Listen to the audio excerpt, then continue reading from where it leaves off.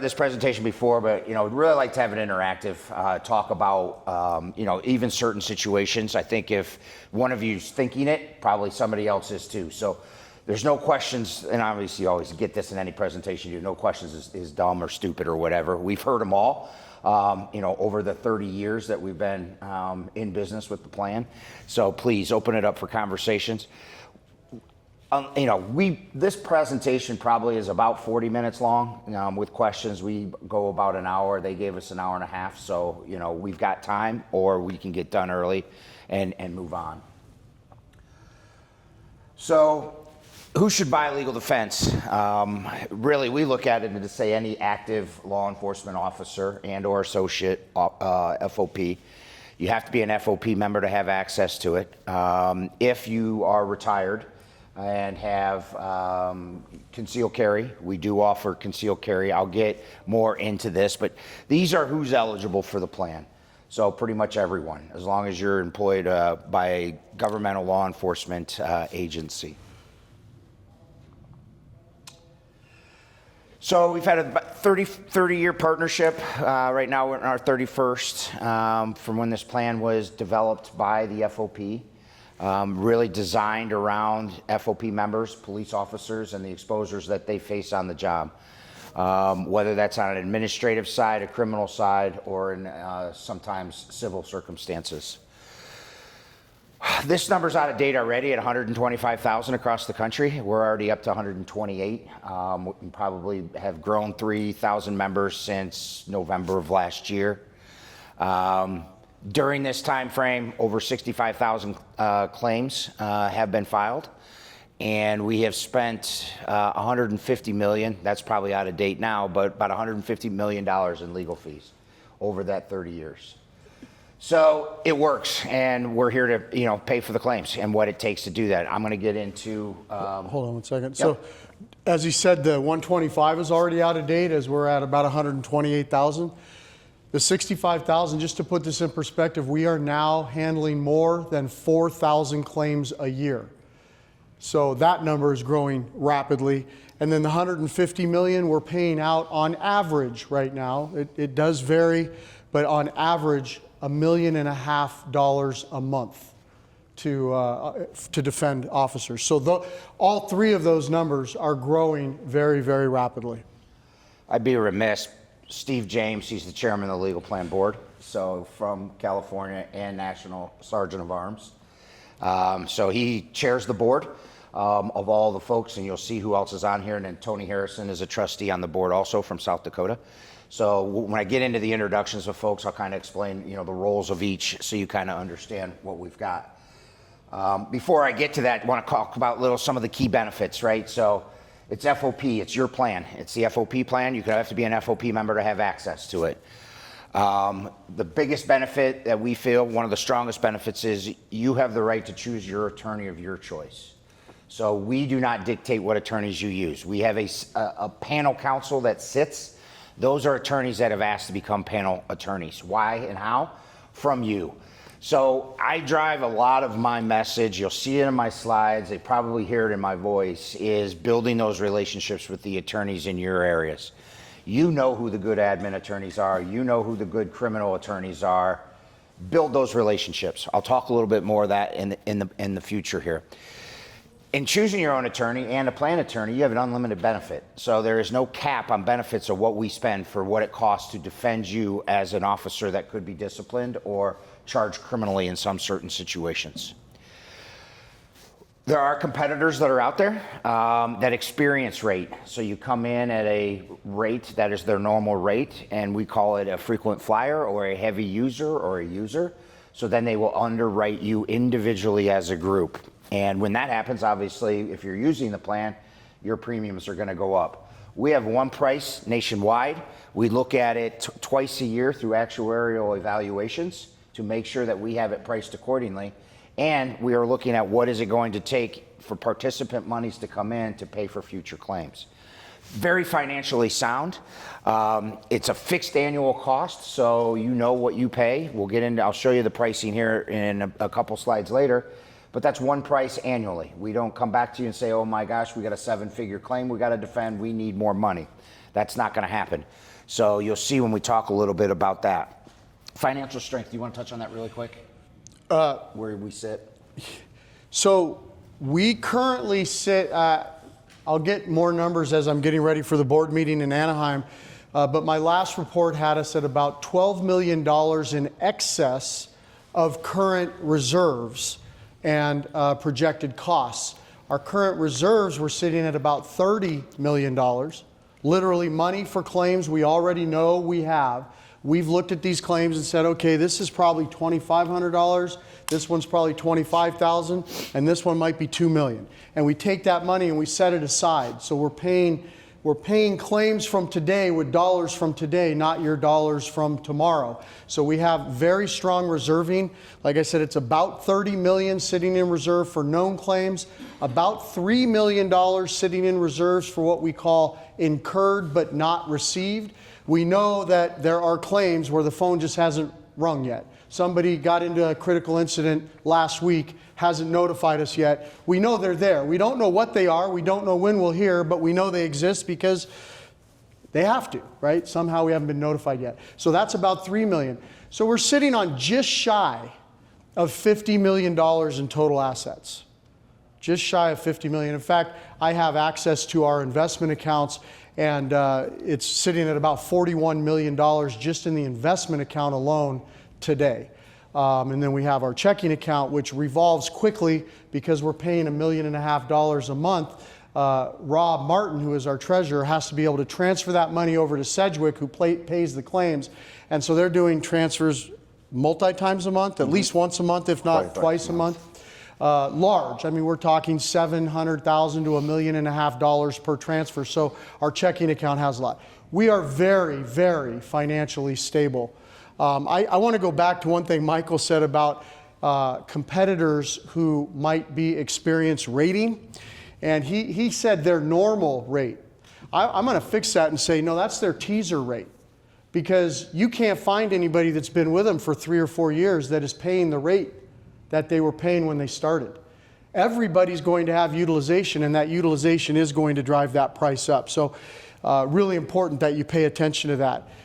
We do raise our rates. Of course we do. I mean, we have to at times, but we don't do it often. And when we feel that we have to raise rates based on the actuarial valuations that Michael talked about, we try to give you no less than 18 months notice that the rates are going up. They don't go up tomorrow. They don't go up next week. They don't go up next month. They go up usually about 18 months from the time we make the decision to raise those rates. Thanks. And if you're looking at comparing other plans that are out there, there's a sheet out there with some questions that we have that you got to consider when you're looking at it. And this last star down here kind of gets into some of that. If you terminated coverage with the FOP legal plan, and if that's termination of coverage that you're moving to a competitor or you're retiring, okay? 2 things are going to occur with us. You're going to have coverage for anything that might have occurred when you were in the plan that you don't know about that might give rise, say, 6 months down the line. So you're going to have coverage for that. You're going to have coverage that for the remainder of your life because it's an unlimited time frame. The other thing is if you're leaving and going to a competitor, you're still going to have that coverage. Competitors, what they'll do as soon as you leave, there's no more coverage. Not even for future claims, but for any existing claims that are ongoing. Meaning if I've got a claim going and I want to move from this individual legal plan to say to the FOP, and let's say I'm in the middle of a claim, if I leave, I don't get any more coverage. It will cease from that plan. Not here. Coverage is always in effect. As long as you are a plan member in good standing, FOP member in good standing, you had the plan at the time of the incident, or you are in the claim right now and you leave or retire, you are going to continuously have coverage until those claims are adjudicated. 2 things on that. We use the date of incident. If you had coverage on the date of incident, we own that case forever. Doesn't matter if you're still paying us dues or not, we own it forever. All based off the date of incident. Not the date you joined, Not the date you got notified about a case, but the date that the incident actually occurred that is causing the case. Very important, because we do get sometimes people like, oh, we want to join and we want coverage starting tomorrow. Okay, we can do that. And then somebody gets notified next Wednesday that they have an internal affairs case, but the incident happened 3 months before you joined. We would not cover that, okay? But really, really important when it comes to the competitors, I call this the hold hostage clause, because that's what our #1 competitor does. And it drives me crazy that police groups, police officers will knowingly sign up with a group that will hold them hostage. And what do I mean by that? It's just going off what Michael said. I have literally in California had to tell some groups, you can't afford to switch to the FOP right now. Why? Because you have this case. And if you leave your current provider, they will stop paying for this $1 million case immediately when you leave to come to the FOP. So you can't afford, as a POA, a DSA, you can't afford to drop your coverage with them. You can't, because they will stop paying for the $1 million claim that you're currently in. We don't do that. If you had coverage on the date of incident, you have coverage literally for the rest of your life. We don't ever stop covering a claim if you were paying us on the date of incident. Any questions on any of that? Kind of gets a little confusing, but... Is that confusing at all, or okay. No? Loud and clear? All right, what's the true cost of legal defense? So, I'll give you a scenario. This happened in Nashville, Tennessee. Officer-involved shooting on a bridge. Was charged with criminal homicide. Case went on. We spent $1.5 million. Was that what I said? $1.5 million on that. It doesn't say what the officer paid, but what the officer paid here at this time was $72 a year. And I think he was his 3rd year into the legal plan. So 70 times 3 is, call it $210. Probably not even 1 hour's worth of work for a criminal attorney. And he got $1.5 million in a benefit for everything that was associated in the defense of that claim. So when I say that, here's the menu. This is every expense that was incurred during that claim. Do you want Tony to read line for line what that says? He can't see. Okay. But what I want to do is, normally we have 1 or 2 attorneys on some pretty complicated cases. We had 4 attorneys, okay? That made up, close to $1 million of it. You get $500,000 of other things that went into defending this case. Now, with some jurisdictional situations that occur, I would love to say it was a win. I think it was a win for the officer based upon the judge, based upon who was there. He ended up taking a plea of that kind of on the eve of the trial. I think there was a lot of politics that was going on in this area. I mean, this was in Nashville, Davidson County. Took a plea, ended up, I think it was 3 years. He served 18 months. He's back out. And I think he was able to retire in good standing also at that time, I think. Yeah, I'm not sure. But what I just want to point out is that you got to understand, when you're explaining this, or you're trying to get a handle on it, or you're trying to market to bring in new FOP members into a lodge that has the FOP legal plan, it's not just attorney fees. It's everything to successfully defend it, hopefully. But to put up the best defense that we possibly can. Yeah, so we have comprehensive coverage, and that is shown here. This gentleman had this coverage, and if he hadn't, I don't think he ever would have gotten the plea offer that he got. He made that decision. We were ready and willing and able to put another $1.5 million into this case if it went to trial. Not a problem. He unfortunately had to decide between a plea deal for 3 years. As Michael said, he served about 18 months in his home jail where he worked, where all of the jailers were his co-workers. So certainly not the most difficult jail time. I mean, not that jail time's good for anybody, but they took good care of him. He knew that. He had been deployed overseas twice when he was in the military, and he looked at this as, my young kids, it'll be like a deployment. If I don't take this and I somehow get convicted, he was looking at 30 years to life. So he was faced with an untenable decision. We A lot of us, not voiced to him, were hoping he would fight it, but we aren't there to play Russian roulette with the rest of his life. So he had to do what he had to do. But we were ready, willing, and able to pay another $1.5 million, $2 million, whatever it took. But you can't, I mean, I can't even imagine being faced with that decision with young kids at home. So, but we cover not just attorneys, it's comprehensive defense. So, like we just showed, all expenses covered to manage and defend the claim, and we kind of just went through that slide. I put this up here so you understand what the role of your attorney is. You know, really defend you at all costs, deliver on the bills to the plan in a timely fashion. We ask for litigation plans, more for the being in the know. Not only as a board to be into the know, or hey, there could be some increased reserves that we have to put on a claim because it's starting to go down that path.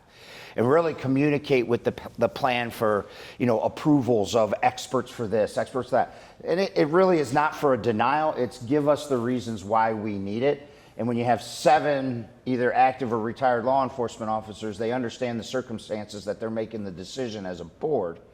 They want to know it for in the know. And if this is or hey, did they try this strategy and do that also.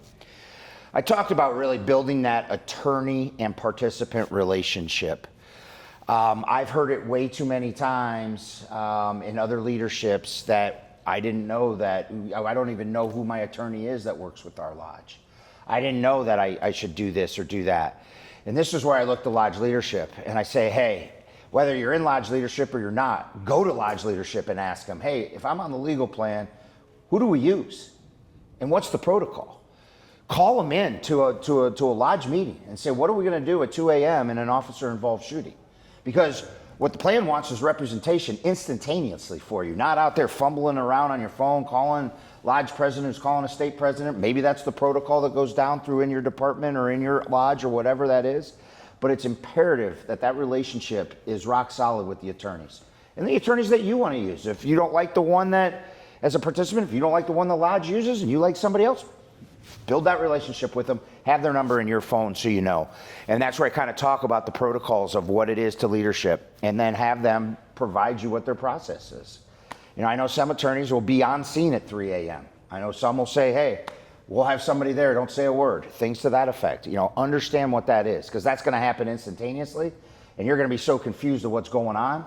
You know, and the last thing you want to do is put yourself in a pickle in that. And that's why we need representation. Even if it comes from a lodge leader until you can get a lawyer there, that's even, you know, that helps too. Can you change your attorney?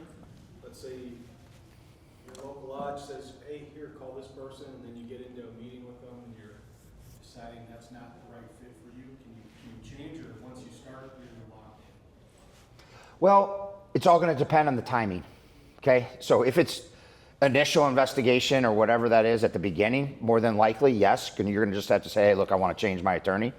But if you're months or down the process and you don't agree with the way that it is, that's going to be a little bit tougher.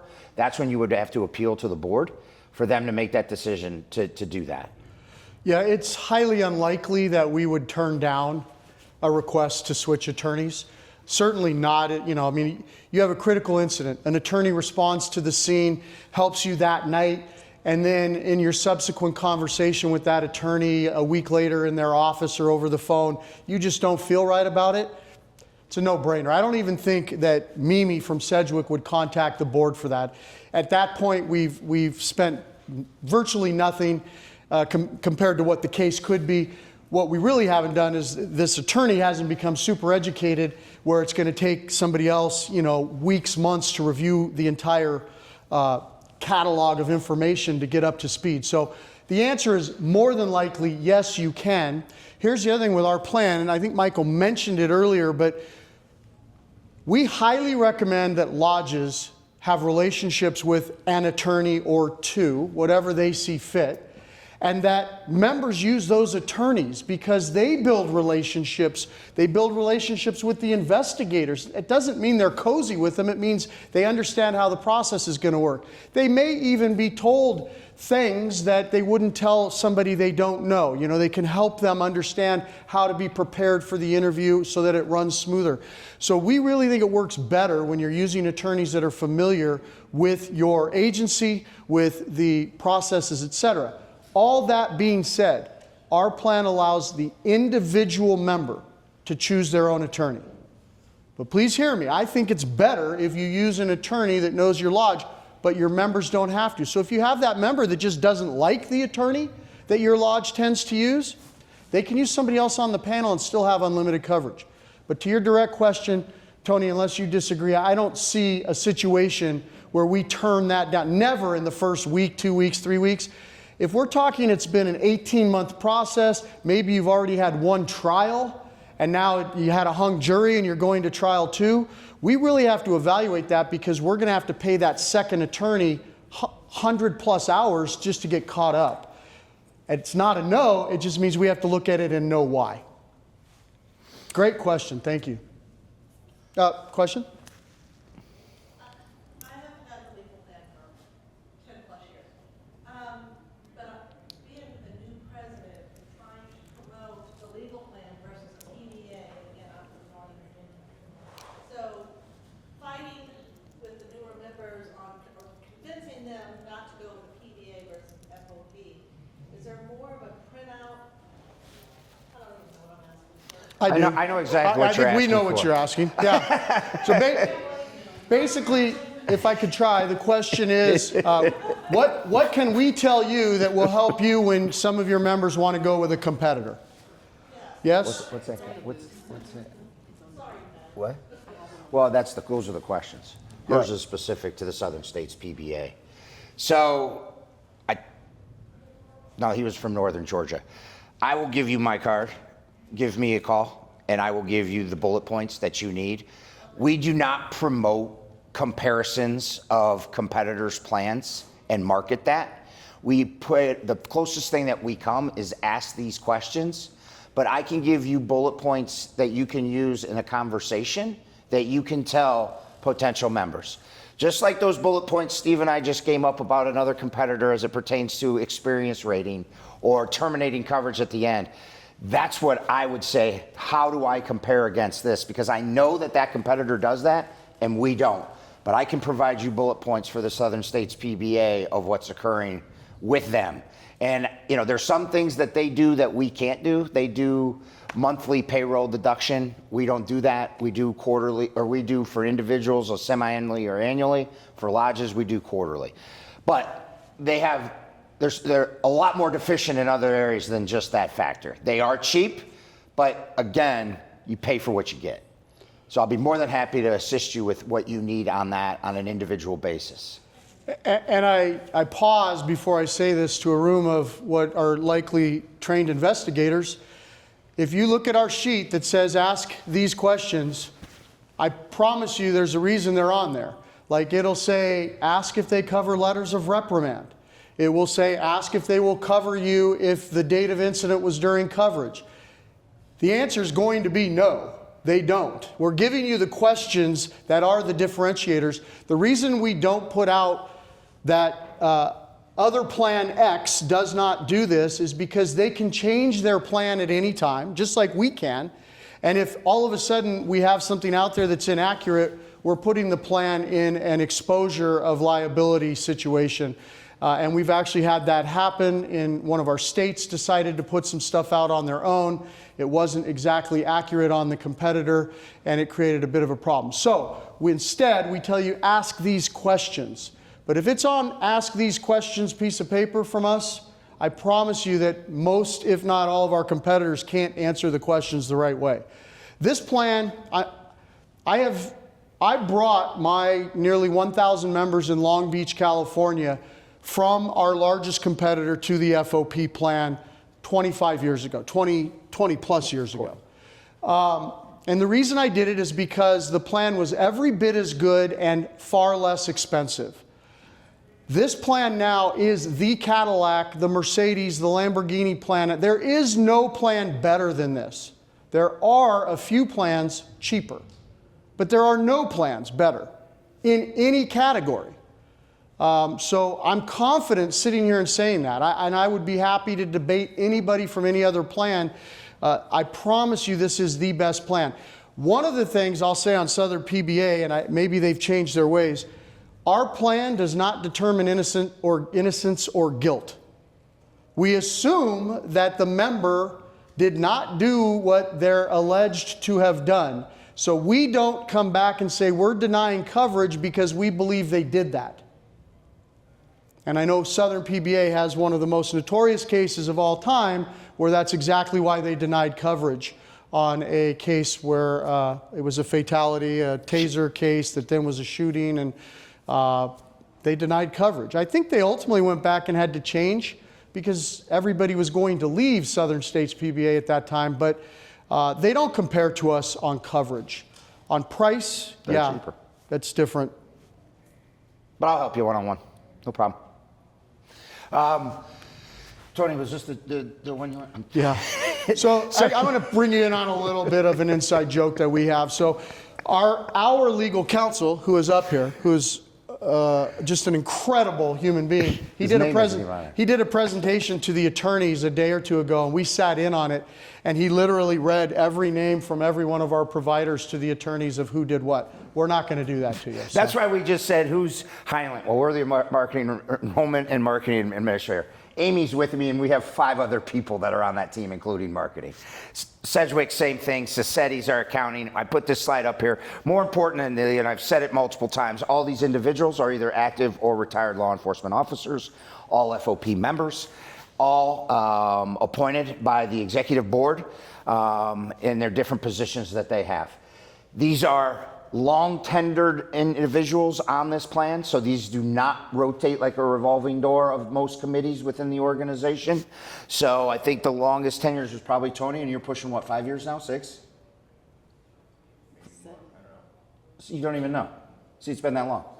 Okay, so just so you know, and I think what that does in your mind is know that they are in charge of the board, or in charge of the plan. So they make all the financial decisions, they make all the changes to the plan description, they try to make it better, they listen to the appeals, they try to do whatever, they listen, they have calls on the side, and they've been around long enough that they know that. They've got a fiduciary responsibility to you as the participant, but also to the FOP as an organization.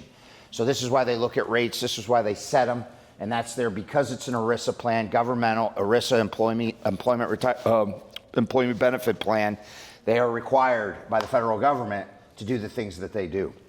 But I say this is there's a lot of history and a lot of knowledge, and they understand how this plan works, and they've seen it. I talked a little bit about, the beginning of eligibility. I'll just run through this real quick.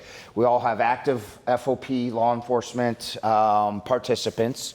Okay, these are active LEOs employed by federal, state, or local governmental law enforcement agency, and you are an active member in good standing. So it's important, if a lodge administrator's in here, that we have all of our members, we're paying our national dues, we're getting them in to make sure that we are active FOP members. That's one of the first things that we look at a time of a claim is, are they a legal plan member? Are they paid up? When was their date of incident versus the date of enrollment? And then the other one is, are they an active FOP member? All those 4 have to be a requirement for that claim to move forward.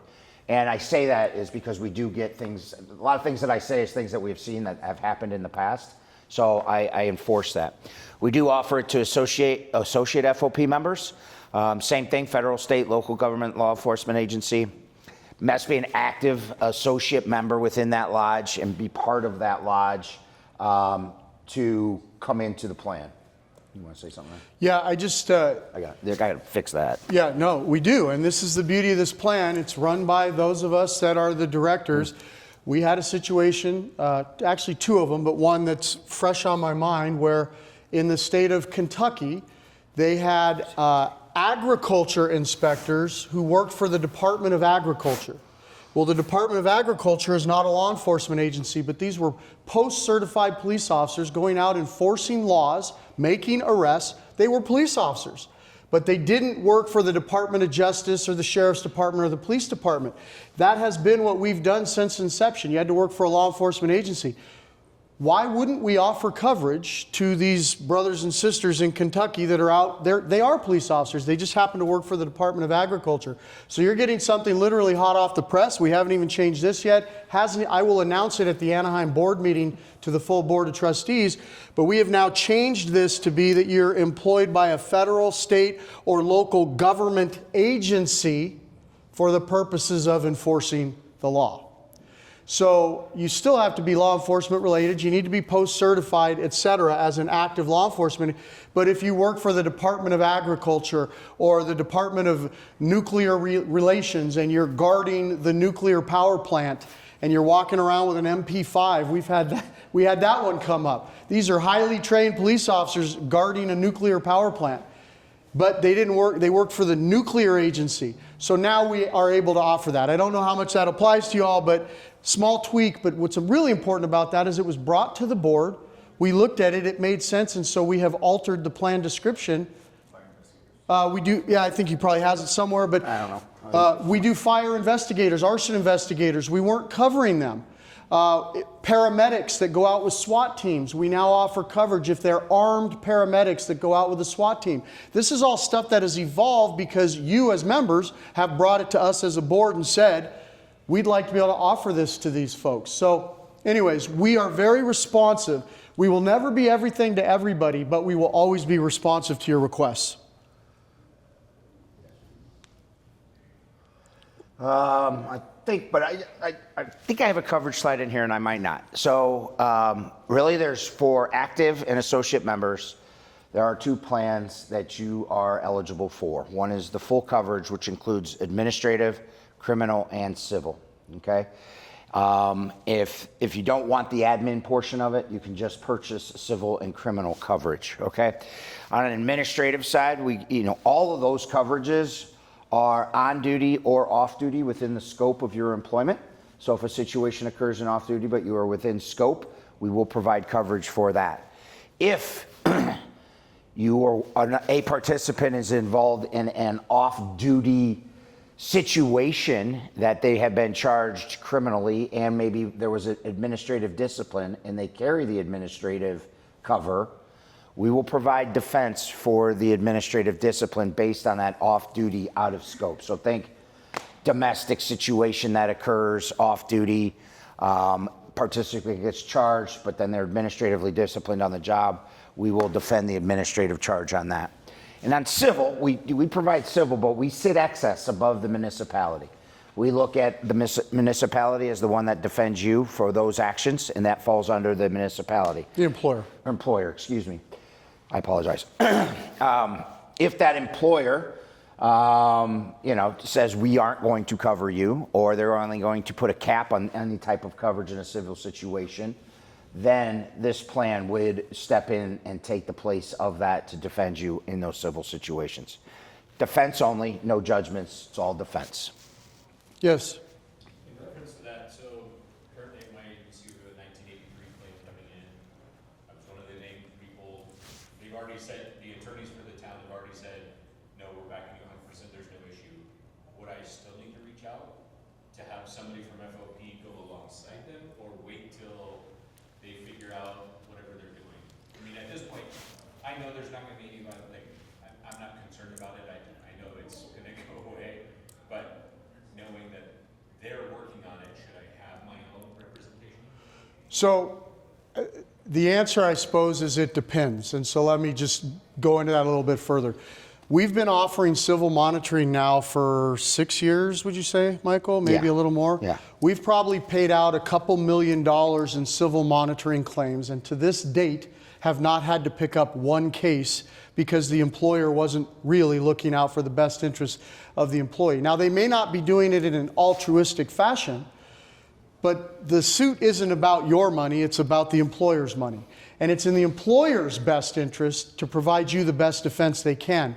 What normally happens and what really caused us to have this coverage is that any civil suit against you, the employer is almost always going to pick it up, but they're going to give you what's called a reservation of rights letter. And what that says is, we're going to cover you, but we're not going to cover any damages against you. And so people get that letter, and it can be worded in a lot of different ways, and it can be very scary. It almost sounds like, oh, they're covering me, but they're not covering me. I don't trust them. It's really just a legal letter that they're sending, and frankly, we don't cover the damages either, but people get a little upset about that. So we created this more as a peace of mind coverage. So to your question, the answer is, if I were in your shoes, knowing what I know, I likely would not get an attorney from the FOP if I felt comfortable with the attorney from the employer. But if for any reason I wasn't sure, I would have the ability to use the civil monitoring.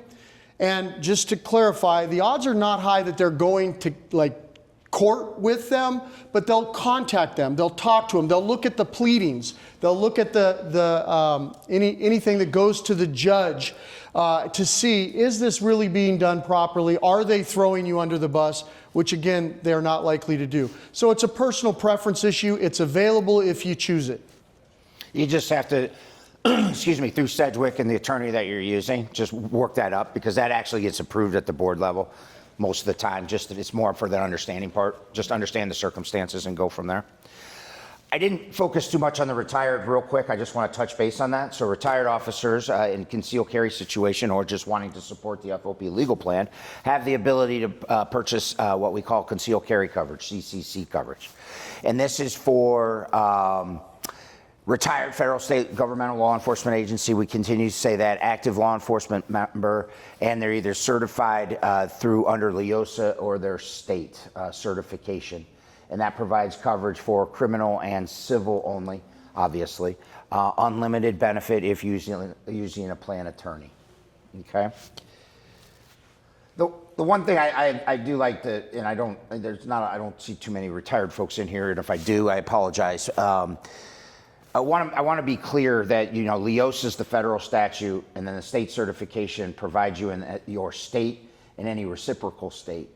So obviously, being certified under LEOSA is going to be better because you have the ability to conceal carry across state lines. But where if you're state certified, there might be circumstances where if you went from Indiana through Illinois to Missouri, I know Illinois is a pretty tough state, that those might not be reciprocated. So technically, you wouldn't have coverage or even be allowed to be carrying through Illinois based upon no reciprocal. But if you are certified under LEOSA, you are now covered under the federal statute. Anybody here from Illinois? I'd like to apologize on the fact that Michael just made a very disparaging comment to your home state. I don't think we needed to say it that way, but we'll move on. Thank you. You're welcome. Is that how you hurt your back? Yeah, he was running in Illinois. Listen, I only repeat things that I hear from people from individual states, so I was just passing along the information that I learned. I'll use California next. No, you can. That's probably true. I talked a little bit about the administrative. Again, I'm not going to dive deep into this. Administrative type discipline that you might be facing on and off duty for you there. Understand that, pretty much, I would say 90% of any admin claim that you can think of would be covered in this situation. What percentage? At least 90. Yeah, I'd say it's 100. 100, okay. Yeah, we don't turn there. If it's admin, it's covered. If you have admin coverage. Really important on admin coverage, I want to talk about this. If you have any sort of post-revocation hearings in your state where the body, and different states call them different things, most are called post, but the issuing agency for your law enforcement certificate, if they have the ability to revoke that and there's a hearing process, that is covered, no extra cost. So you might see like on a flyer that says, ask these questions of a competitor, ask if they charge extra for revocation hearings, because they do. We don't. But we cover it under administrative. So if you only have civil and criminal coverage and you end up with a revocation hearing in front of a post body, you won't have coverage. You will if you have administrative, because it's an administrative hearing. Just wanted to touch on that. Thank you. I wrote a note. I wanted it in the slide. Is this separate from labor-related attorney stuff? I mean, I guess, is it grievances? And Yes. all of that? Great question. So we do nothing about administering contracts from the legal defense plan. There can be slight crossover if discipline is contained inside of a collective bargaining agreement or MOU, whatever you call it. That could be a little bit of crossover, but enforcement of a collective bargained agreement is labor. So we don't get involved in that.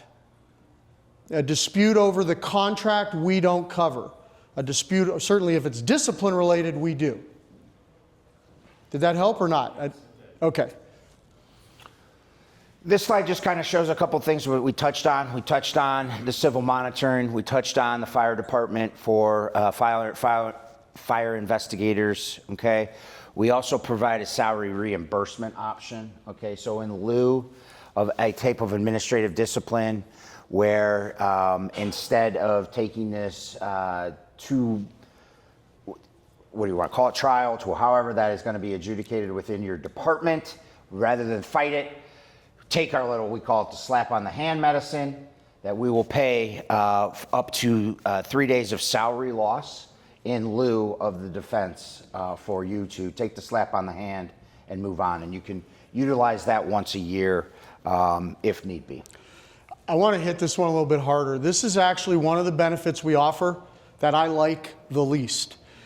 There's a point in time to do this. So I'll use my own former agency, Long Beach. If you had 3 preventable traffic accidents in 2 years, you got a 2-day suspension. Period, end of story. You could try to appeal it. Nobody ever won one. If you had 3 preventable traffic accidents in 2 years, you got a 2-day suspension. This could be used for that.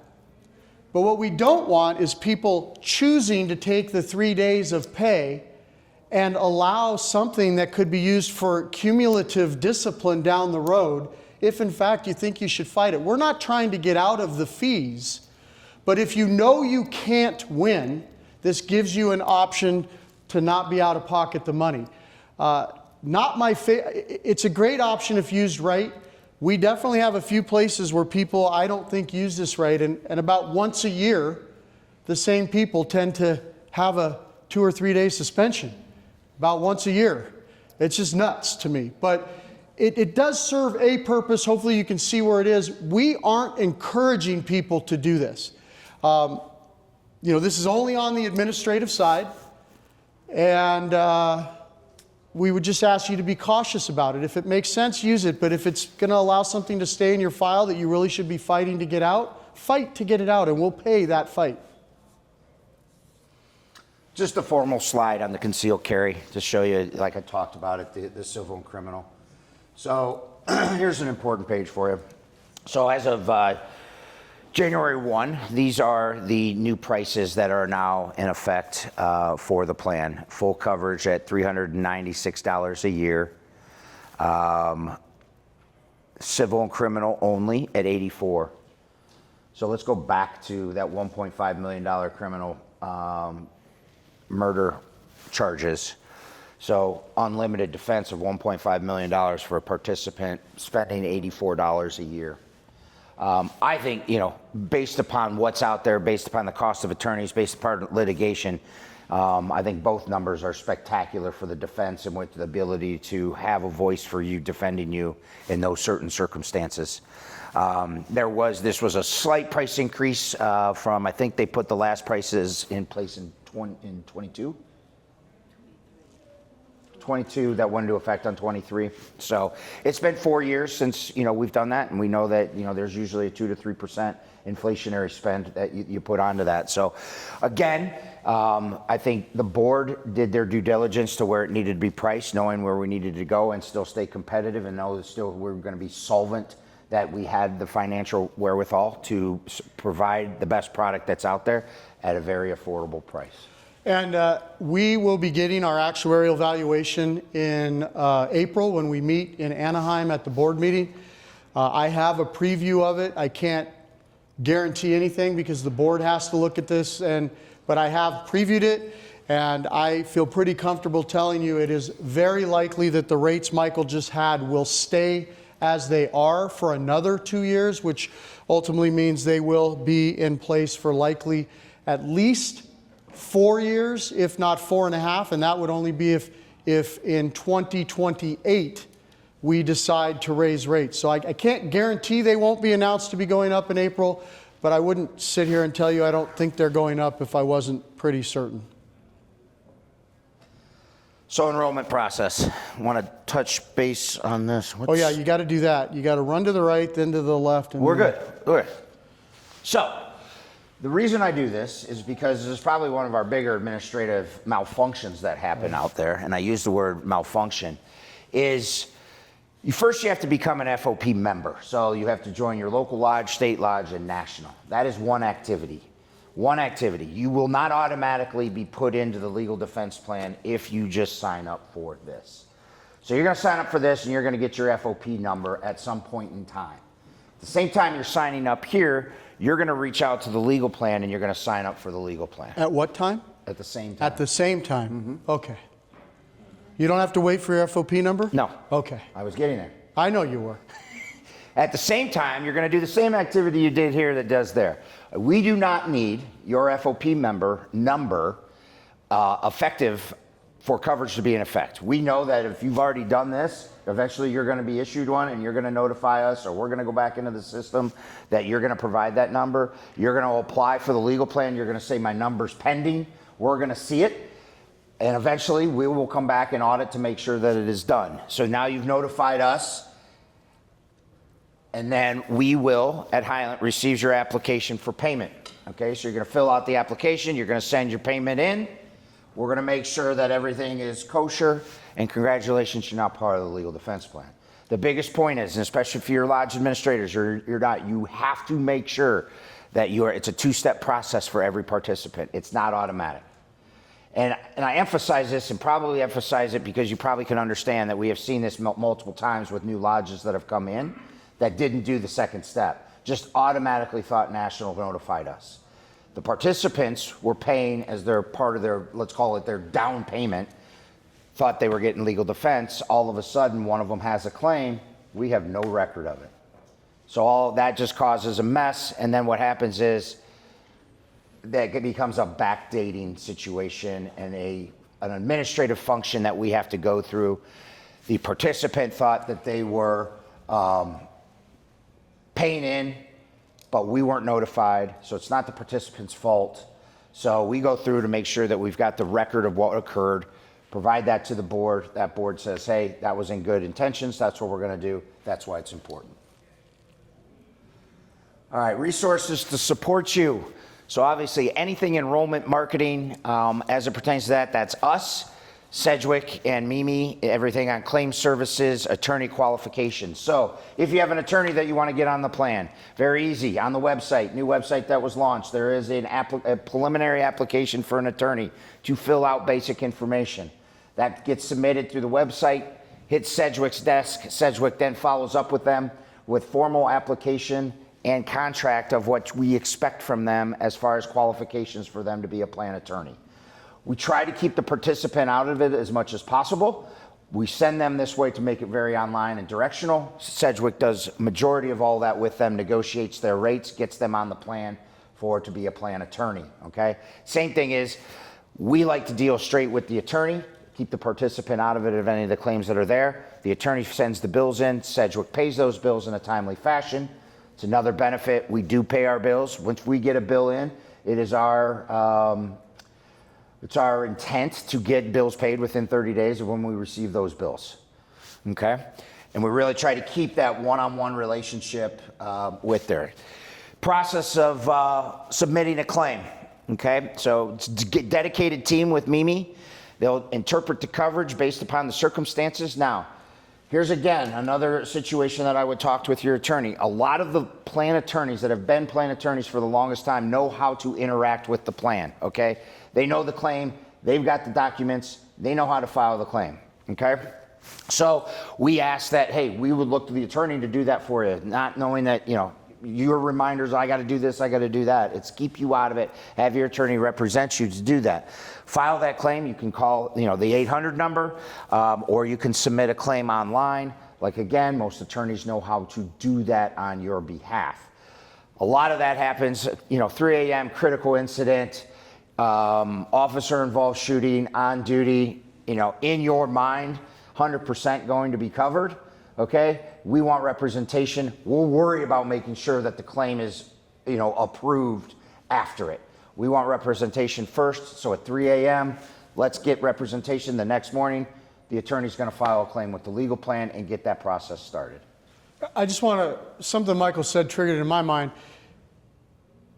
Whether you think it's going to be covered or not, get your attorney out there. If we deem after the initial critical incident that it's not covered, we're still going to pay that attorney for the time they spent out at that critical incident. That's just how we work. I mean, we have to. The determination isn't made yet. We don't expect you to wait for a determination to get an attorney out there. So get the attorney out there.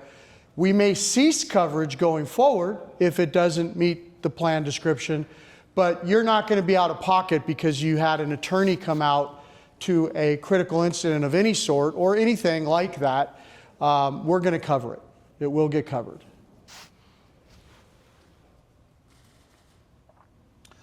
So we just recently launched a whole new webpage. It's got everything and anything you need on it. So all of our marketing materials, all of our, really the details of the plan. The first phase, we are right now in the process of the second phase of 2.0, whatever you want to call it, more interactive for attorneys. The beta test that we did see on those already is just so much better user interface and interactive in use. Really easy to use. If there's something that you specifically need, but most of the marketing material is, the base PowerPoint plan's on here, the plan description's on here, attorneys are on here, how you enroll is on here, how you file a claim is on here, everything I've talked about is on here. And if there's something that's not on there, then you call us and we'll get it directly to you, okay? So we do send out hard copy pamphlets. We can help with the PowerPoints if you need be. We can do all of that. There will be some additional things, like all the newsletters that we are doing will be on there that you can utilize. And we'll be improving this. Some small short videos will be coming out in the next year. I know that's a goal for what's going to happen as far as teaching the plan. There will be some tutorials for lodge administrators. We've taken this webpage. We were successful about 2 months ago in doing 2 webinars, which we had some great participation. We do look to see more webinars that'll come out. We will notify through our proper channels of communication through the boards and things to that effect. Great feedback of, hey, it'd be great to have an attorney represented on one of the webinars to understand, give me soup to nuts of how this whole process works from an attorney view. So really want to try to bring some value to the participants or leaders to understand what happens, to tell the story of the legal plan, as it's one of the best benefits the FOP has to offer for both recruiting and existing participants. All right, I know I don't have a lot of lodge administrators in here, okay? But I have participants. So I'm gonna probably focus on this as a participant of a lodge to just ask some questions within your lodge leadership. And I do this because this is where our problems are. Our problems aren't denied claims because of something that wasn't in the plan description. Our denied claims are because administratively, we don't see an individual that's on our plan, or they're not a FOP member in good standing at the national level. And why is that? Well, because there could be a situation of a leadership change and the information from the legal plan didn't go from individual A to individual B. Passwords weren't sent down to have access to the portal. Oops, somebody didn't add, Sally to it, but we continued to pay our dues, but Sally's paying in, but they didn't notify the legal plan that Sally needs to be on the plan. So we really need to make sure that those rosters are accurate. If you're in a quarterly pay period as a lodge, we send out an active roster of what we currently have. So we would hope that whoever's administering the legal plan on your lodge behalf, and take the individuals out of it, would go through there and audit that list to make sure that everybody's on that list that should be on that list. Because there are some times that we have had multiple months, multiple years of individuals that have been paying into the legal plan, and now all of a sudden there's a claim, and that claim is denied. And now that claim gets denied, we've got to go through the process and the rigmarole of getting the information, payroll stubs that shows that that individual paid. When did they need to be on the roster? When is the initial monies that were going to be sent in? So we have to build that story, and if we can build that story and it's legit, we can approve the claim. because the participant is in their mind, they have legal defense and they've been paying into it. So if you're not a lodge administrator or you're just a participant within a lodge, ask the question, hey, my name on the roster? Do we have an accurate roster? I just want to know. I mean, it's one of our biggest headaches that we have is dealing with that. And I know it's not easy. You're put into a position as a treasurer or a secretary to put into this position. It's not something that you do every day. We understand that. We're here to help as much as possible.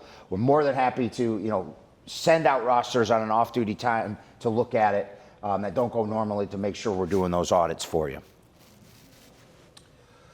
Oh, that was my attorney relationship. Sorry, group and lodge management. Okay, let's go back here. I already talked about that. All right. Real quick while he's forwarding, it really works best, this plan does, when members who have an incident or an issue call the attorney directly. We have an 800 number.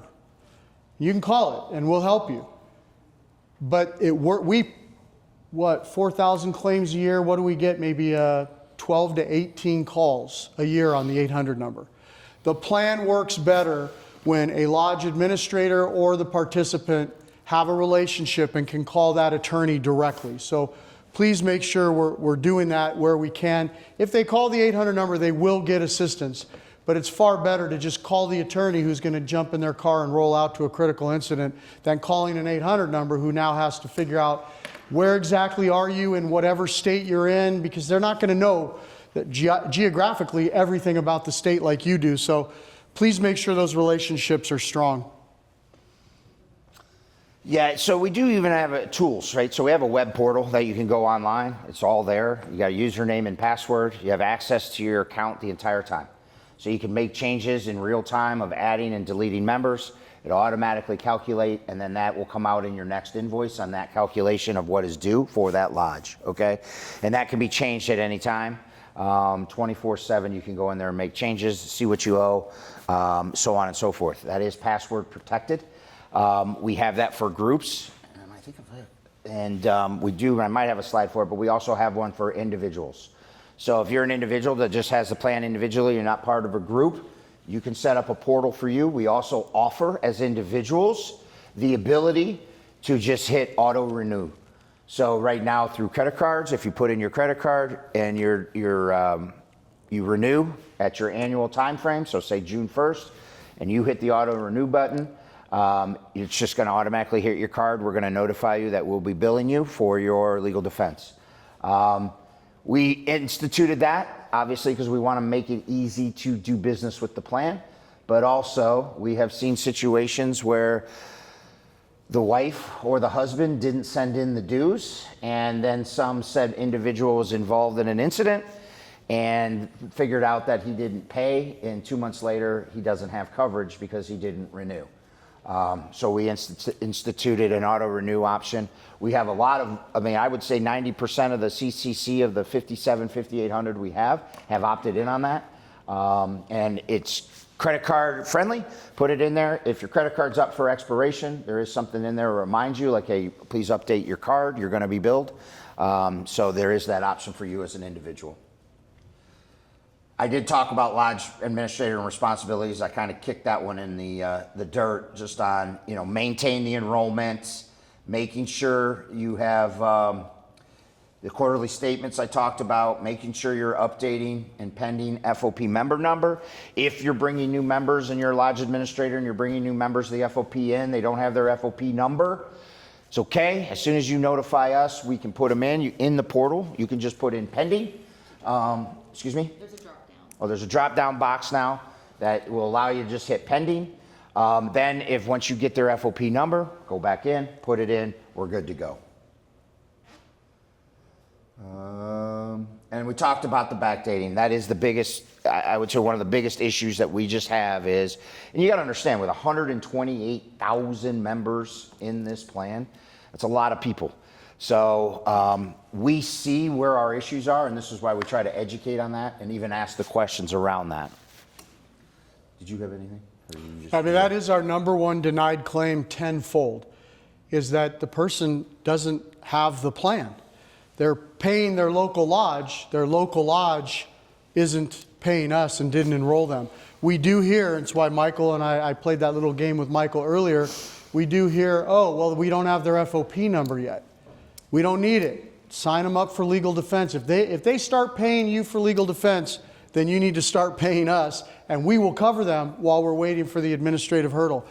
I also want to just tell you that, again, it's the 7 of us that run this plan. About, I'm going to say 98, 99% of the denied claims because they're not a member, where a lodge administrator made a mistake, are covered. We might force the lodge to jump through some hoops because we are fiduciaries for that roughly $50 million. We need to see payroll deduction sheets. We need to know they actually were paying the lodge. But if somebody at the lodge made a mistake, we as directors are going to vote to provide coverage for that person. But the lodge is going to have to pay us all the back dues. They're going to have to figure out how many other people they forgot to tell us about and pay us the back dues on that, because they've been collecting our money and not forwarding it on. But I don't want you thinking we don't leave officers out there high and dry if they've been doing the right thing. One exception, we recently had one, Michael somewhat just referred to it, approaching 3 years. 4. Was it 4? 4. Approaching 4 years, I'm sorry. They're getting quarterly statements that has the roster, quarterly. So they had at least 12, maybe 15 of these rosters that they looked at, were supposed to have checked and didn't, but then somebody had a critical incident and they come to us and they're like, we need backdating. It's the only one that I can think of in my 15 plus years on the Legal Defense Plan Board where we weren't able to come to a resolution that was in the best interest of the officer. But on that one, that lodge is on the hook. They sold them legal defense. They just forgot to buy it from us for 3+ years. So please be really careful about that. And I don't think there's a lot of administrators in here, but Yeah, still being in the know. And then just educate, I think the other key point is, we've seen it, disgruntled leaders leave, don't pass on information to the new leadership of a lodge, okay? So passwords aren't done, they don't know what the process is in legal defense. Try to build some type of transition or a backup to a legal defense plan administrator that can be backup for any of those situations that occur. And a lot of these things I give you as pro tips are the things that we see as problems. I think we've kind of made that evident. So we did kind of talk a little bit about, how does the legal defense plan compare? And this is more the PowerPoint. We do have hard copy out at the table out front. But these are part of some of the questions we asked. Do you have the ability to choose your own attorney? Out-of-pocket surprises? Am I capped? Do you cover all fees? All those types of questions are here. Again, we do have the basic PowerPoint online, or we can provide it too. And just to kind of reiterate, the legal plan website's there for you to where everything is. We are available. All of our contact information is online. The board's contacts information is online, so you want to specifically talk to Steve if you've got a situation that occurring. He puts his, I don't know if it's his personal information or his work information. Cell number. Okay, it's his personal cell number that sits right here. They want to make themselves available to you for these situations. And if you have something unique that's gone down, feel free to reach out to us, because that's what we're here for. And if you're looking to challenge other plans, bring people in, we're here to help in any way possible that we can. And that's all I have. 2 things I want to hit that I took some notes. You kept seeing up there, unlimited coverage if you use a plan attorney. We didn't really hit why that's up there. And that is because we do allow you to use a non-plan attorney if you choose. Again, a feature that has a purpose, but really shouldn't be used very often. So, if you're in, Hobunk State, pick the state, and Hobunk that state, and you get into a shooting in the middle of the night, and there is no attorney that can get out to you. I don't care if you use, I'm going to date myself, use the Yellow Pages, or I guess Google, whatever you want, and you get an attorney, we're going to pay that attorney even though they're not part of the plan, because you needed an attorney out there right then and there. If you wanted to stay with that attorney, you're going to have a cap if they remain a non-plan attorney of I think it's $10,000 now, is that right? $10,000. If you go over that, you're going to be on the hook. Now, before you go over that, if you really like this plan attorney, they're doing a good job, a non-plan attorney, and they're doing a good job, we're going to try to get them to sign up so you will have unlimited coverage. Or to your question earlier, sir, we'll try to get you to switch to a plan attorney so you'll have unlimited coverage. We don't want you having a cap. And if you do have that cap, it's because you are knowingly choosing to have it. You're going to get multiple correspondence saying, you have chosen a non-plan attorney, you have a $10,000 cap. Now, when can you not change to a plan attorney? Man, it's going to come to the board. If you're at $9,897 and say, hey, I'd like to switch to a plan attorney now, that's going to be tough. We still probably figure out a way to work that out. But if you're talking to one of our competitors and they tell you we have caps, they're not lying to you, they're just misleading you. We do have caps for non-plan attorneys, a function none of our competitors that I'm aware of allow. If you use a non-plan attorney with one of our other competitors, they will not pay that bill. We will. We have a cap. They won't even allow it, but then they'll go out and say we have caps. We have no caps using a plan attorney. 99% of our cases use plan attorneys. Rarely. It's probably 99 point something. We might have a couple claims a year where somebody chooses to use a non-plan attorney. So I just wanted to cover that. And then the last thing, Michael talked about that Tennessee case, very important case, and that was $1.5 million prior to trial. I just want to highlight, we have a $4 million claim right now. We've paid over $4 million on a claim right now in the state of Washington. Very unfortunate situation. Unfortunately, the officer was convicted of a, manslaughter-ish type charge, and we're now in the appeal. And we're going to fight that thing as long as there are legal remedies to fight. But this officer, we've paid, single officer case, we've paid out over $4 million. We have multiple claims that have gone over $1 million. I mean, multiple. Probably, do you know exactly how many have gone over $1 million or two? Probably over a dozen, probably a dozen. So that was one example, but we have $1 million claims, unfortunately, that are becoming more and more frequent.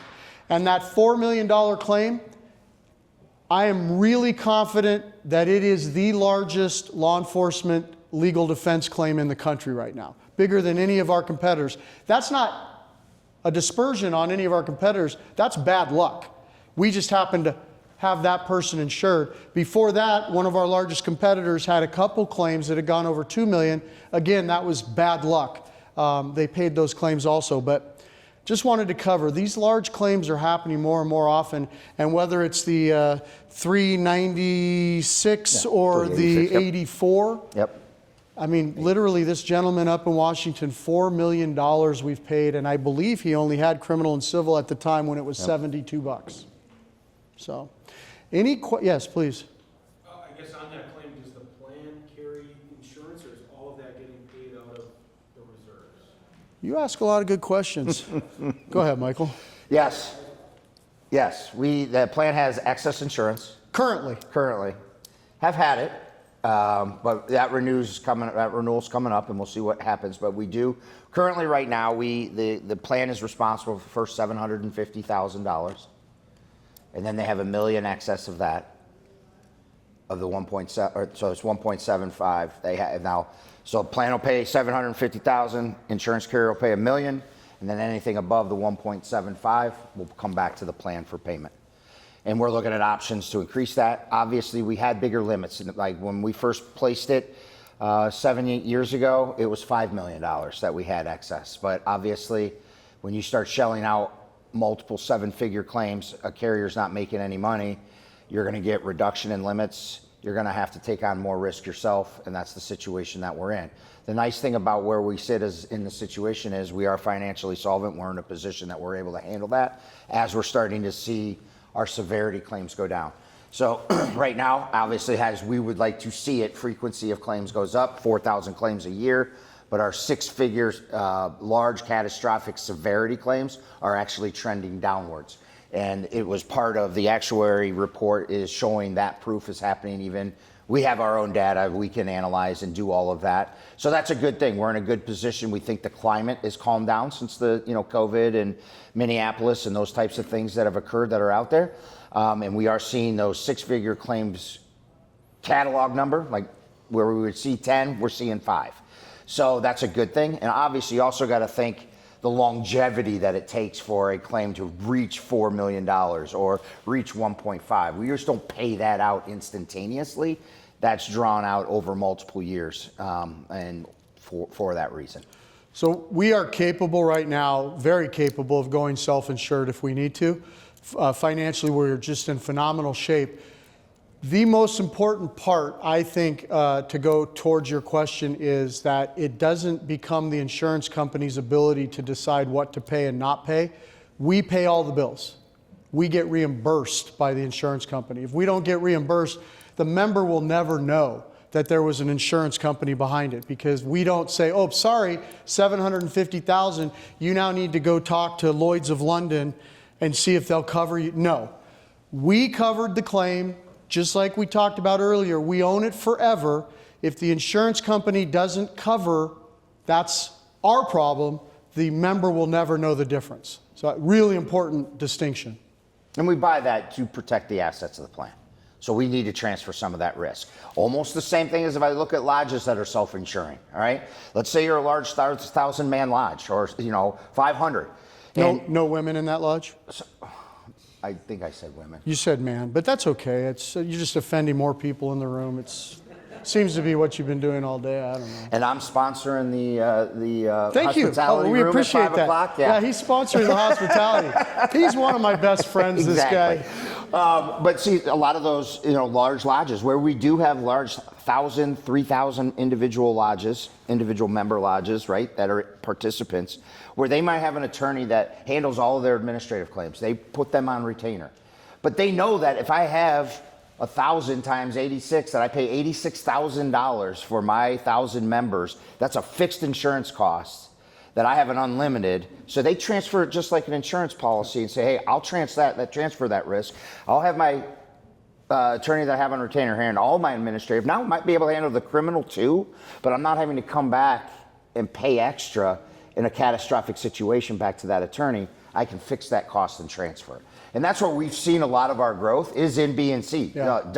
I mean, at $86 for unlimited expense is a no-brainer.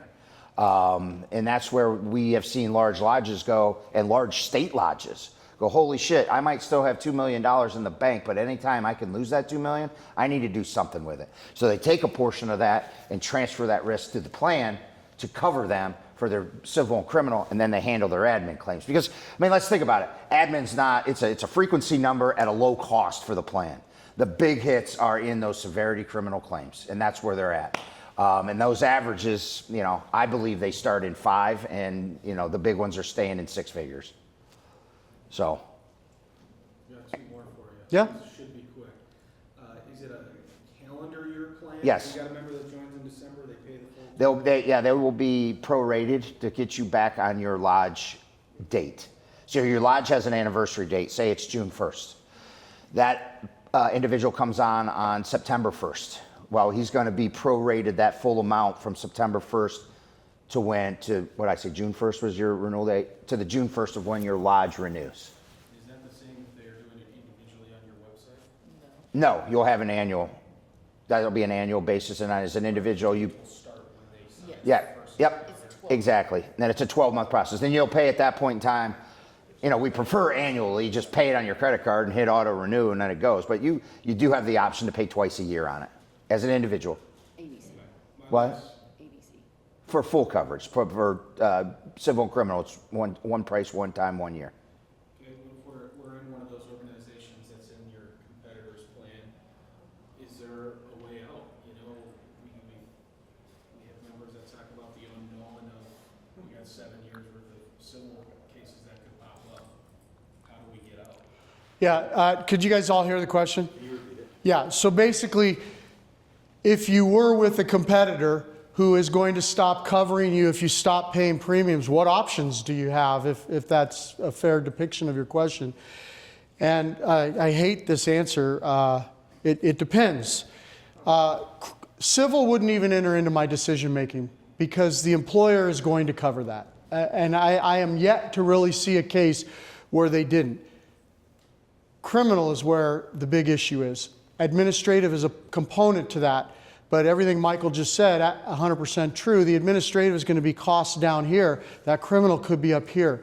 So I brought 1,000 people from Long Beach. I had to wait about 9 months for one of my officers to be cleared by the DA on a shooting. That was, let me just tell you, when this shooting happened, it was very clear to all of us in law enforcement at that time it was a good shooting. I'm not sure everybody would evaluate it under the same standards today as we did back then. I mean, it would probably be one of those high-profile shootings on TV that never made TV 25 years ago. So there's several things people do, and I can get with you one-on-one to kind of take your situation more into it. Most of the time, if you're in one of those situations, you're paying drastically more to our competitor than you probably would be to us, assuming you have one of our top tier competitors. A lot of people take the savings and put attorneys on retainer to cover the known claims. So they promise the attorney, hey, I'll pay you X number of dollars a month to cover all these known claims, and I'm going to transition over to FOP and you're going to pick up these known claims. The other option is if it's an unknown claim, we do sell unknown coverage. But it has to be unknown, and it's hard to call like an officer-involved shooting or an in-custody death an unknown claim. It might not have been filed yet, but every officer-involved shooting, every in-custody death is going to have a review and be a claim of some sort. So those get kind of tough, but we do have that as well. You just got to pick the right time. The last option I will tell you, and I've seen some do it, maintain both coverages for a small period, 6 months or a year. It's costly to do, no doubt, but it gets you out of being held hostage.